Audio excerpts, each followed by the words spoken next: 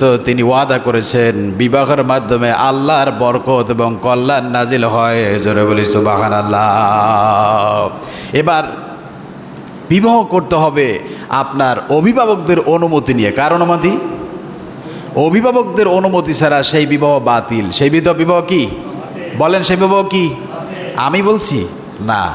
কোরআনুল কারীমের 4 নম্বর সূরা আন-নিসার 25 নম্বর আয়াতে কারিমা যদি আপনি খোলেন, আল্লাহ পাক বলেন ফানকিহুন্না বিইذনি আহলিহিন্না, ওহে তোমরা বিবাহ করো অভিভাবকদের অনুমতি ক্রমে। জোরে বলি সুবহানাল্লাহ। অভিভাবকদের অনুমতি ক্রমে তোমরা বিবাহ করো। আর কি করো? ওয়াতুহুন্না উজুরাহুন্না বিল মারুফ, তোমরা ন্যায়সঙ্গতভাবে তাদের মহারানা পরিশোধ করে দাও। জোরে বলি সুবহানাল্লাহ। কি বলেন তো? একটু জোরে বলেন। মহারানা। এখানে ফাঁকি ঝুঁকি, এখানে কি রাগ করতেছেন? মহারানা নামে কি অনেক অনেক মানুষ আছে। আমি অনেক মুরব্বীদেরকেও জিজ্ঞাসা করছি যে দাদা আপনি কি দাদির মহারণা দিয়েছেন কিনা? তখন সে দাঁত খুলে একটু হাসি দিল। কথা বলেন ঠিক কিনা?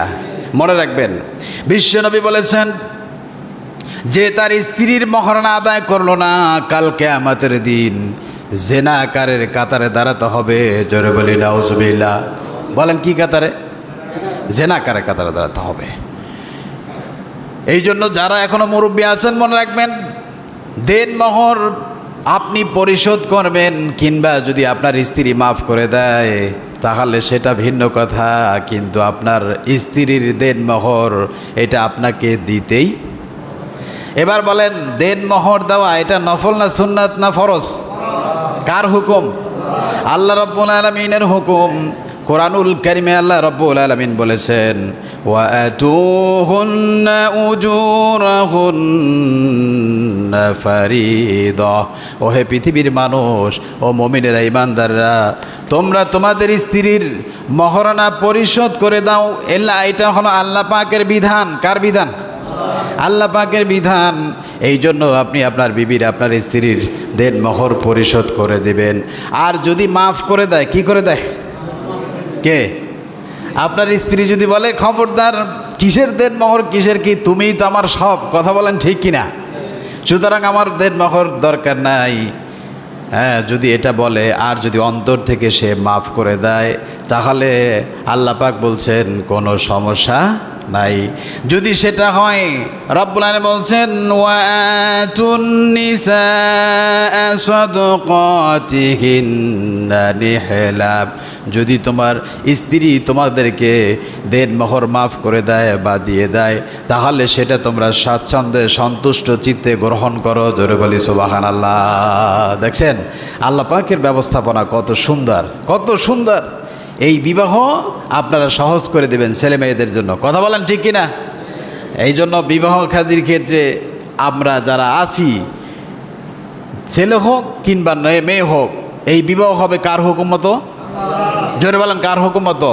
কিন্তু আজকে সমাজে সেই বিবাহ কি আল্লাহর হুকুমে হয়? বলেন আল্লাহর হুকুমে হয়? আমি আল্লাহকে সাক্ষী রেখে, কোরআনকে সাক্ষী রেখে বলতে পারি যে বাংলাদেশে অসংখ্য অগণিত মুসলিম পরিবারে শান্তির চেয়ে অশান্তি বেশি। বলেন, শান্তির চেয়ে অশান্তি বেশি। তাহলে বিবাহ তো আল্লাহ ওয়াদা করেছেন, বিবাহের মাধ্যমে সুখ, শান্তি, রহমত, বরকত, কল্যাণ আমি নাজিল করবো। জোরে বলি সুবহানাল্লাহ। কিন্তু সেখানে কি অশান্তি, কত অশান্তি যা আপনারা হারে হারে টের পাচ্ছেন। আমি আর এগুলো বিস্তারিত বললাম না। বিভিন্ন রকমের একটু একটু কথাবার্তা নিয়ে, খোটাখুটি নিয়ে স্বামী স্ত্রী পর্যন্ত বিচ্ছেদ পর্যন্ত করে দেয়। কথা বলেন, মনে রাখবেন, কোনো ব্যক্তি স্ত্রীকে যদি শরিয়াতের বিনা কারণে যদি ইচ্ছাকৃতভাবে নারীখোর হয়ে যদি তার স্ত্রীকে তালাক দেয়, তার জন্য চিরস্থায়ী জাহান্নাম। জোরে বলে নাউজুবিল্লাহ। আমার বন্ধুগণ, অনেক বড় কথা রব্বুল আলামিন কোরআনুল কারীমে বলেছেন, মহারণা দেওয়ার পরে সেটা কখনো ফেরত নেওয়া যাবে কখনো ফেরত নেওয়া যাবে না। কোরআনুল কারীমের 4 নম্বর সূরা সূরা নিসার 20 নম্বর আয়াতে কারিমে আল্লাহ পাক বলছেন, ওয়া ইন আরাদতুমুস ইসতিবদালা যাওজিন মাকানা যাওজিন ওয়া আতাইতুম ইহদাহুন্না কিনতারা ফালা তাআখুযু মিনহু শাইআ।